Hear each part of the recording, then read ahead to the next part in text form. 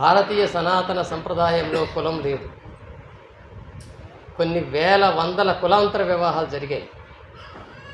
దానికి వాళ్ళ రాసినటువంటి పురాణాల్లో ఇతిహాసాల్లోనే ఉన్నాయి సాక్ష్యాలు. అందువలన అది భారతీయ సనాతన సంప్రదాయం, కులాంతర మతాంతర వివాహాలు చేసుకోవటం అనేటువంటిది. అటువంటి దాన్ని మనుధర్మశాస్త్రమో పరాశర ధర్మశాస్త్రమో ఇట్లాంటి ధర్మశాస్త్రాలు వచ్చి కులాన్ని పకడ్బందీగా అమలు చేయాలి, చెయ్యకపోతే ఇదిగో ఈ నష్టం జరుగుతుంది అని చెప్పి భయపెట్టి రాజుల ద్వారా చక్రవర్తుల ద్వారా దాన్ని ఇంప్లిమెంట్ చేయించి చివరికి మనల్ని బలవంతంగా కులాంతర వివాహం చేసుకుంటే బ్రతకే అవకాశం లేకుండా ఉండే పరిస్థితిని తీసుకొచ్చారు. కాబట్టి మనం అప్పుడప్పుడు మొహీద్ గారు అంటుంటారు మనం ఆదర్శ భారతీయులు అని. అది నిజమే, ఎందుకంటే భారతీయ సనాతన సంప్రదాయానికి మనం వారసులం, ఆదర్శ భారతీయులు మనమే. కాబట్టి ఆ చట్టం అనేటువంటిది చేయటం అనేటువంటిది ఇప్పుడు అవసరమే అయినప్పటికీ కూడా చట్టం వచ్చిన తర్వాత ఎంతవరకు ఇంప్లిమెంట్ అవుతుంది అనేది కూడా ఒక అనుమానమే మనకి. ఎందుకంటే మూఢనమ్మకాల నిర్మూలన చట్టం కర్ణాటకలో వచ్చింది, ఉత్సవ విగ్రహంలాగా మారిపోయింది, అక్కడ ఏమీ వర్క్ జరగట్లేదు. మహారాష్ట్రలో సక్సెస్ అయ్యింది. సో ఇట్లాంటివి అభ్యుదయకరమైనటువంటి పరిస్థితుల్ని సమాజంలో తీసుకురావడానికి వచ్చే చట్టాల్లో ఇంప్లిమెంటేషన్ దగ్గరికి వచ్చేసరికి ప్రభుత్వం ఏది అనుకుంటే అదే చేస్తుంది తప్ప చట్టాన్ని అనుసరించదు. దాని గురించి ప్రచారం కూడా చేయదు కనీసం. అది మనకి ఇప్పుడు కళ్ళ ముందు కనపడుతుంది. అయితే అంత మాత్రాన ఈ ప్రయత్నాలు మనం విరమించాలని నా ఉద్దేశం కాదు, చేయాల్సిందే, బలంగా చేయాల్సిందే. ఎందుకంటే దీనికోసం జరిగే ప్రయత్నాల ద్వారానైనా ఒక ప్రచారం జరుగుతుంది సమాజంలో. కులాంతర వివాహం తప్పు కాదు, మతాంతర వివాహం తప్పు కాదు అనే ఒక ప్రచారం జరుగుతుంది. సరే, ఇప్పుడు మన గాంధీ గారు ఒక మాట చెప్పారు, వహీద్ గారు చెప్పారు, పల్లెల్లోకి వెళ్ళి ప్రచారం చేస్తే కొంత బాగుంటుందనే ఉద్దేశం. నాదొక్క సూచన ఏంటంటే పల్లెల్లోకి వెళ్ళటం కన్నా మనకి తెలంగాణ జిల్లాల్లో 33 జిల్లాలు మనకు ఉన్నాయి కదా, జిల్లా కేంద్రాల్లో కులాంతర మతాంతర వివాహితుల సమ్మేళనాలు పెట్టాలి. ఫస్ట్ టైం ఒక ధైర్యం కూడా వస్తుంది. ఈ కులాంతర మతాంతర వివాహాలు చేసుకున్న వాళ్ళకి ఒక ధైర్యం వస్తుంది. ఓ మన పక్షాన మాట్లాడేవాళ్ళు ఉన్నారు అనేటువంటి ఒక ప్రచారం వస్తుంది. ఏదైనా అవసరమైతే వాళ్ళని సంప్రదించవచ్చు అనేటువంటి ఒక దిక్సూచిలాగా మనం వాళ్ళకి కనిపిస్తాము. అందువల్ల ఇట్లాంటిది ఒక ప్రోగ్రామ్ను మనం తీసుకొని మొట్టమొదటి ఇంప్లిమెంట్ చేయాలి. ఇకపోతే కులదహనం అనే కార్యక్రమం చాలా సంవత్సరాల నుంచి కుల నిర్మూలన సంఘం చేస్తుంది. నాకు చాలా ఆనందకరమైనటువంటి కార్యక్రమం ఇది. కుల రాక్షసి దహనం, కులం దిష్టి బొమ్మ దహనం అనే పేర్లు పెట్టి ఇంతకుముందు చేశారు. ఇప్పుడు కుల దహనం అంటున్నారు. ఆ బొమ్మలు, ఆ రాక్షసులు పోయారు. ఎందుకంటే అసలు డైరెక్ట్గా కులాన్నే దహనం చేయటం అనేటువంటిది ఒక గొప్ప సాహసంతో కూడుకున్న పదం అది. అందువలన అది మంచి ప్రోగ్రామే, మంచి కార్యక్రమం అది. అంతకుముందు ఎందుకు ఇట్లా పెట్టారంటే ఇదిగో వాళ్ళందరూ హోలీ రోజు హోలిక అనేటువంటి రాక్షసి దహనం చేస్తున్నారు హిందువులు అనేటువంటి ఉద్దేశంతో దానికి ప్రత్యామ్నాయం పెట్టడం అనేది. దీనికి నేను ఎన్నైనా ఉదాహరణలు ఇవ్వగలను. హోలిక అనే రాక్షసి ఎక్కడా లేదు వాళ్ళ కథల్లో.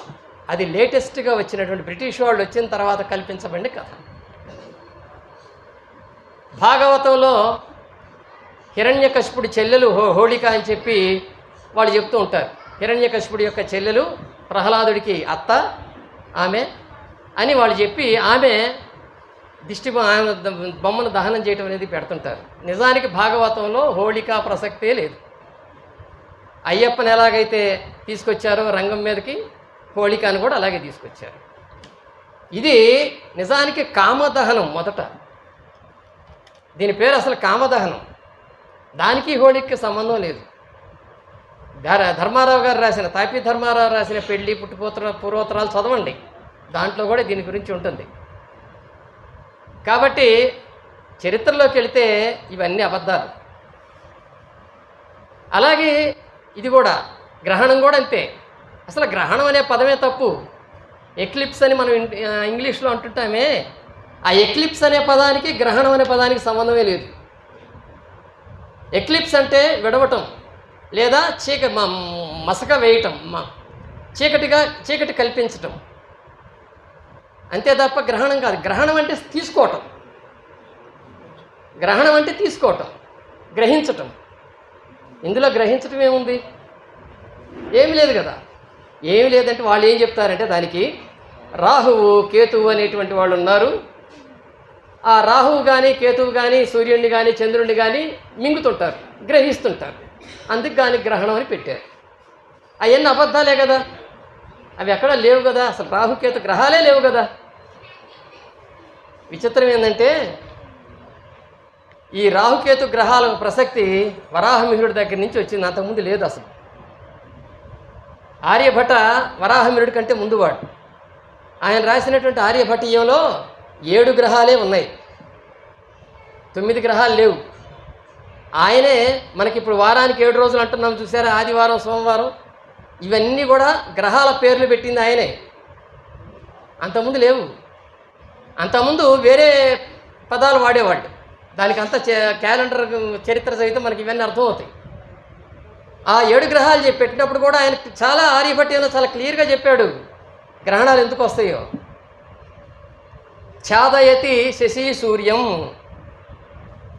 శశినం మహతీచ భూఛాయ అంటాడు ఆయన 4వ అధ్యాయం 35వ శ్లోకంలో.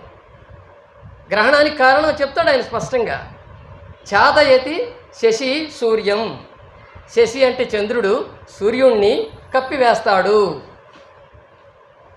అప్పుడే గ్రహణం వస్తుంది, చంద్రగ్రహణం వస్తుంది. చంద్రుడు మనకు కనపడడు కదా, చంద్రగ్రహణం వస్తుంది. శశినం మహతీచ భూఛాయ, అలాగే చంద్రుడు భూఛాయ, భూమి యొక్క ఛాయ వల్ల కనిపించకుండా పోతాడు అని ఈ గ్రహణాల గురించి ఆయన ముందే చెప్పాడు. సో ఇవన్నీ కూడా పూర్వం చెప్పినవే. అందుకే ఆర్యభట వాస్తవాలు చెప్పాడు కాబట్టి, భూమి గుండ్రంగా ఉందని మొట్టమొదట చెప్పిన శాస్త్రవేత్త కాబట్టి ఆయన్ని హిందుత్వవాదులు విస్మరించారు. విస్మరించడం కాదు, ఆయన్ని ఎక్కడ తలుచుకోరు. ఏ జ్యోతిష్యుడు కానీ, ఏ వేదాంతి కానీ, ఏ ఖగోళ శాస్త్రవేత్త కానీ, హిందుత్వ భావాలున్న ఏ శాస్త్రవేత్త కూడా ఆయన గురించి ప్రస్తావించడు. ఎందుకంటే ఆయన వాస్తవాలు చెప్పాడు. భూమి గుండ్రంగా ఉందని చెప్పాడు. భూగోళ సర్వతో వృత్త అంటాడు, అంతటా వృత్తంగానే ఉంది అది అన్నాడు. అందువలన అటువంటి ఒక సంప్రదాయం మనకి, వైజ్ఞానిక సంప్రదాయం కూడా మనకి వెనక ఉంది. చార్వాకుల కాలంలో ఉంది. పరిణామవాదం గురించి చార్వాకులు ఆ రోజులో చెప్పారు. అలాగే ఆస్ట్రానమీ ఖగోళ శాస్త్రం గురించి ఆర్యభట లాంటి చార్వాక భావ ప్రేరితులైనటువంటి శాస్త్రవేత్తలు, ఆర్యభట లాంటి శాస్త్రవేత్తలు చెప్పారు. బుద్ధుడు లాంటి సామాజికవేత్తలు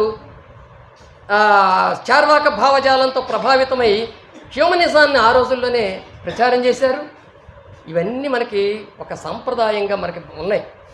అందుకని మనం ఎప్పుడూ కూడా వాళ్ళు సనాతన ధర్మం విర్రవీగుతుంటే మాకు ఉంది సంప్రదాయం, వైజ్ఞానిక సంప్రదాయం మాకు ఉంది, మాకు కూడా సాంఘిక పరమైనటువంటి సమానత్వ సంప్రదాయం ఉంది అని చెప్పుకోవచ్చు సగర్వంగా మనం. అందువల్ల ఈ రకమైనటువంటి ఎగ్జాంపుల్ చెప్తాను. మనకు విశాఖపట్నం దగ్గర సింహాచలం అనే ఒక పుణ్యక్షేత్రం ఉంది.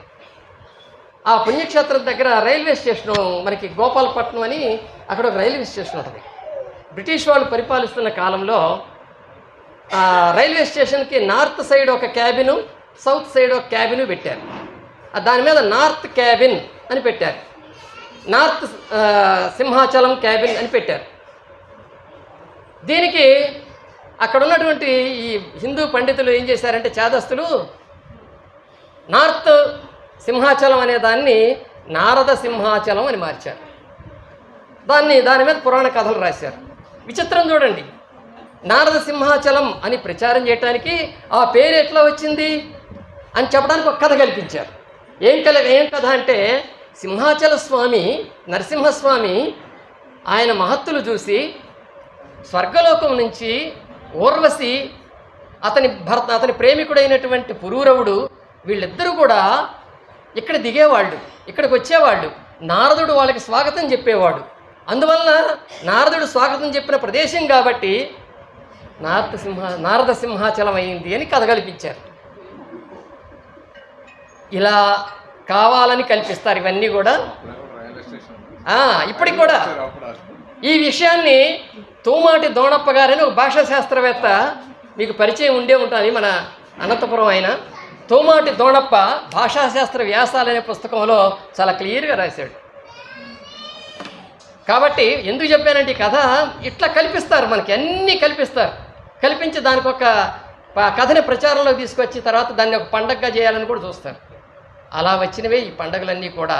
కాబట్టి వీటిని కౌంటర్ చేస్తూ మన భావజాలాన్ని ప్రచారం చేసే విధంగా వాటిని మార్చుకొని ప్రత్యామ్నాయ సంస్కృతిని కోరుకునే వాళ్ళందరినీ కూడా ఏకం చేయటానికి ఒక సమావేశాలు ఇట్లాంటివి సందర్భాలను ఏర్పాటు చేసి వాళ్ళల్లోకి ఈ భావజాలాన్ని కౌంటర్గా తీసుకెళ్ళాలి. అప్పుడు మాత్రమే ఎక్కువ మంది దీన్ని నిజాలు తెలుసుకునేటువంటి అవకాశం ఉంటుంది. తెలియజేస్తూ విరమిస్తున్నాను.